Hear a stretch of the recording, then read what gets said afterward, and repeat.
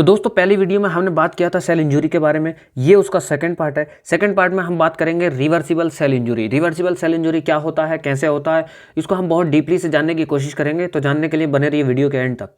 Reversible cell injury में क्या होता है, देखिए हमारी जो सेल होती है, इस तरह से एक सेल होती है। जब ये सेल पूरी तरह से कहीं ना कहीं से डैमेज हो जाती है, तो इसके कैसे कैसे डैमेज होती है उसके हम वीडियो में डिस्कस करेंगे। तो ये जब डैमेज हो जाती है तो ये दोबारा से उसी एक फिक्स टाइम पे रिकवरी में वहीं पर आ जाती है, दोबारा से अपनी नॉर्मल स्टेज में आ जाती है रिवर्सिबल यानी कि डैमेज होने के बाद। तो वो कौन कौन सी होती है, तो इसमें हम इस वीडियो में डिस्कस करेंगे। तो चलिए शुरू करते हैं। यहाँ पर हम देखेंगे कि सबसे पहले क्या होता है कि माइट्रो जो ये हमारी ऑक्सीजन होती है, जब ऑक्सीजन का लेवल हमारी सेल के अंदर, जो ये सेल है, इस सेल के अंदर जब ऑक्सीजन का लेवल कम हो जाता है, हमने टाइप्स की बात की थी, कौन कौन से टाइप्स होते हैं, उन वजह से ऑक्सीजन यानी कि जब उसकी हमने बात की थी, हाइपोक्सिया की बात की थी, और जिसमें ऑक्सीजन का लेवल कम हो जाता है, तो वो कैसे, जब सेल के अंदर हाइपोक्सिया हो जाता है, तो यहाँ पर देखिए जो ये है, जो ऑक्सीजन का लेवल है, ये हमारी बॉडी के अंदर कम हुआ। जब ऑक्सीजन का लेवल हमारी सेल के अंदर कम हुआ तो सबसे पहले जो ऑर्गेनल चेंज होता है, यानी कि जो ऑर्गन्स होता है, जो हमारी बॉडी के अंदर हमारी जो सेल्स होती है उसके अंदर बहुत सारे ऑर्गेनल होते हैं। यहाँ पर हम सेल की बात करें, देखिए ये सेल हुआ, सेल के अंदर एक न्यूक्लियस होता है, यहाँ पर साइटोप्लाज्म होता है, यहाँ पर रफ एंडोप्लाज्मिक रेटिकुलम होता है, माइटोकॉन्ड्रिया इस तरह से होता है। तो ये बहुत सारे सेल के अंदर ऑर्गेनल होते हैं यहाँ पर। तो इसमें सबसे पहले क्या होता है, जब हमारी सेल के अंदर ऑक्सीजन की डिमांड कम हो जाती है तो यहाँ पर जो माइटोकॉन्ड्रिया होता है वो डैमेज हो जाता है। माइटोकॉन्ड्रिया पे सबसे पहले इफेक्ट करता है। माइटोकॉन्ड्रिया पे जब इफेक्ट पड़ता है तो जो हमारी जो यानी कि पावर जो होती है वो कम हो जाती है, यानी कि सेल की जो पावर होती है एटीपी कम हो जाती है। क्योंकि माइटोकॉन्ड्रिया जो होता है, माइटोकॉन्ड्रिया एक ऐसा ऑर्गेनल होता है जो एटीपी को प्रोड्यूस करता है। एटीपी एक पावर का काम करती है। तो यहां पर देखिए एमसीक्यू भी है एक, कि primary organelle effect in the reversible cell injury mitochondria. Mitochondria, ये माइटोकॉन्ड्रिया सबसे पहले इफेक्ट करता है। तो यहां पर हम देखिए अब बात करेंगे पूरी सेल मेम्ब्रेन के बारे में। सबसे पहला जो प्राइमरी ऑर्गेनल है सब सेल मेम्ब्रेन। सेल मेम्ब्रेन कैसे कैसे डैमेज होती है। सेल मेम्ब्रेन जो बनी होती है वो फॉस्फोलिपिड लेयर की बनी होती है, जिसके अंदर फॉस्फोलिपिड होते हैं, फॉस्फोलिपिड लेयर की बनी होती है। इसमें अंदर क्या होता है कि जब एटीपी का प्रोडक्शन कम हो जाता है, जो एटीपी जो माइटोकॉन्ड्रिया इफेक्ट होता है, तो एटीपी का कंसंट्रेशन, एटीपी की पावर कम हो जाती है। जब एटीपी कम हो जाता है तो बॉडी के अंदर सोडियम एटीपेज जो पंप होते हैं उनकी एक्टिविटी पर इफेक्ट पड़ता है। जो हमारी सेल होती है, इस तरह से जो ये सेल होती है, इसके अंदर एटी यानी कि सोडियम पोटेशियम एटीपेज पंप लगे होते हैं। सोडियम एटीपेज जो पंप होते हैं, यानी कि सोडियम बाहर जाता है, सोडियम बाहर से अंदर आता है, अंदर से, और पोटेशियम बाहर से जाता है। तो ये एक बैलेंस बना के सेल के अंदर रखते हैं, बैलेंस बना के पूरी तरह से सेल के अंदर रखते हैं। तो ये जो सोडियम एटीपेज जो पंप होता है उसकी क्वांटिटी डिक्रीज हो जाती है, कम हो जाती है। तो उसके बाद क्या होता है कि जो सोडियम होता है, सोडियम की कंसंट्रेशन बहुत ज़्यादा हो जाती है और इकट्ठा हो जाता है। सेल के अंदर जब सेल से बाहर से, सेल के बाहर जो होता है, सोडियम का एक्यूमुलेशन हो जाता है। सोडियम का जब एक्यूमुलेशन हो जाता है तो वाटर भी बहुत ज़्यादा हो जाता है। जब वाटर बहुत ज़्यादा बॉडी के अंदर, सेल के अंदर हो जाता है, बॉडी के अंदर हो जाता है, सेल के बाहर जो हो जाता है, तो सेल के अंदर जो हो जाता है, तो ये सेल की जो स्वेलिंग होती है, सेल सूज जाती है। और ये बॉडी के अंदर, सेल के अंदर सबसे पहला प्राइमरी चेंज देखने को मिलता है कि सेल में स्वेलिंग आ चुकी है। ओके, सेल के अंदर स्वेलिंग आ चुकी है। अब इसको हम दूसरे नाम से भी जानते हैं, आल्सो नोन एज, इसको हम दूसरे नाम से भी जानते हैं। जो सेल स्वेलिंग होती है उसको हम बोलते हैं हाइड्रोपिक चेंज। हाइड्रोपिक चेंज भी बोलते हैं इसको। जब जो सेल होती है उसकी सेल लेयर जो डैमेज हो जाती है, फॉस्फोलिपिड की जो लेयर बनी होती है, जब वो डैमेज हो जाती है तो इसमें हम माइलिन शीट देखने को मिलती है। इस तरह से माइलिन फिगर्स देखने को मिलते हैं, माइलिन फिगर्स देखने को मिलते हैं साइटोप्लाज्म में। इन साइटोप्लाज्म में माइलिन फिगर देखने को मिलते हैं। सीन दूसरा जो इसके अंदर चेंज देखने को मिलता है, दूसरा जो चेंज हमें देखने को मिलेगा यहाँ पर, उसको कहते हैं हम एंडोप्लाज्मिक रेटिकुलम।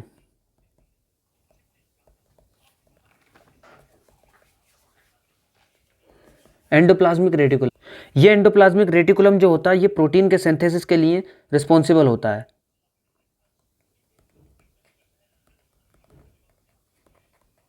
फॉर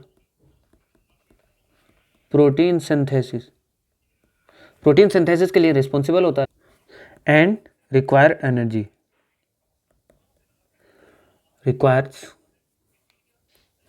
एनर्जी यानी कि ATP energy.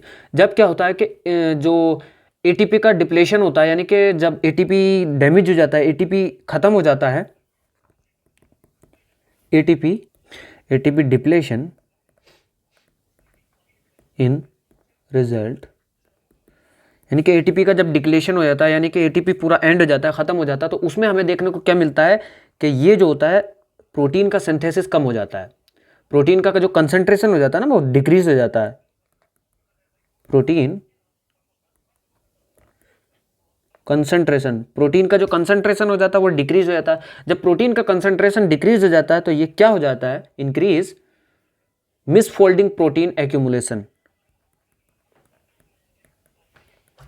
Misfolded protein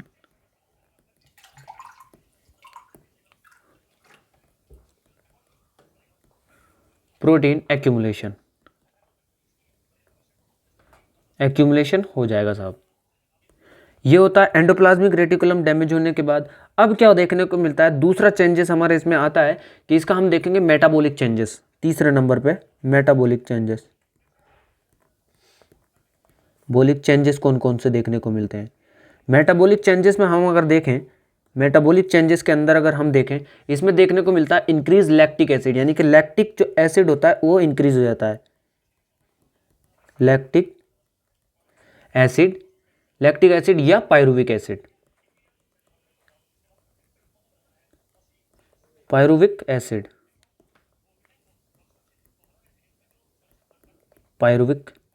acid किस वजह से, due to absence of TCA cycle, due to absent of TCA cycle, ये लैक्टिक एसिड या पायरुवेट एसिड इंक्रीज हो जाता है मेटाबॉलिक चेंजेस में। तो इसमें क्या देखने को मिलता है कि ग्लाइकोजन जो होता है हमारी बॉडी के अंदर, ग्लाइकोजन की मात्रा बहुत कम हो जाती है, ग्लाइकोजन की क्वांटिटी बॉडी के अंदर बहुत कम हो जाती है।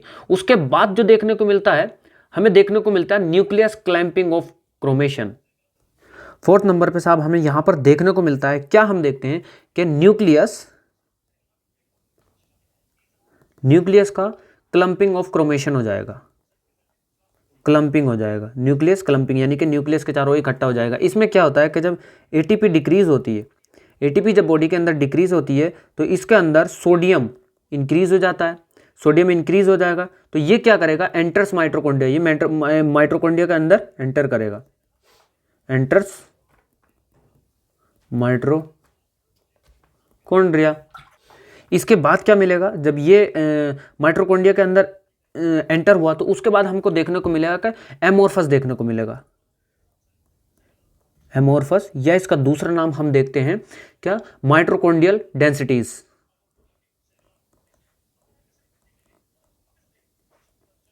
Mitochondrial densities.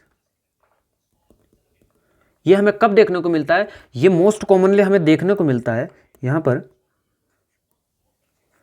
Most common seen in prolong cell injury,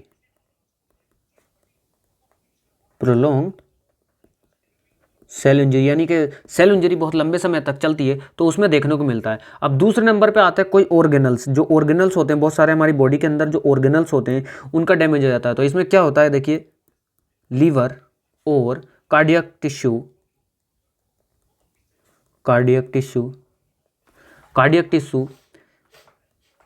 show fatty acid in reversible cell injury,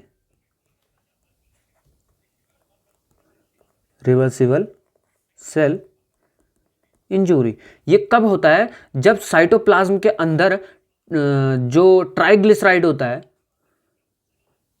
वो इकट्ठा हो जाता है, यानी कि एक्यूमुलेशन ऑफ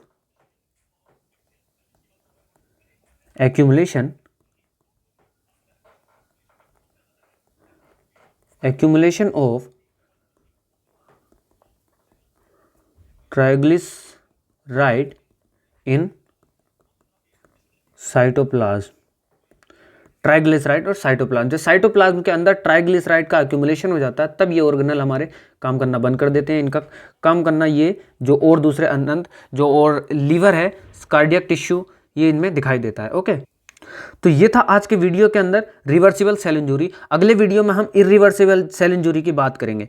अगले वीडियो में इरिवर्सिबल सेल इंजरी की बात करेंगे बहुत डीपली तरीके से। तो इरिवर्सिबल सेल इंजरी के जानने के लिए अगली वीडियो को आप जरूर देखिए। Thank you for watching.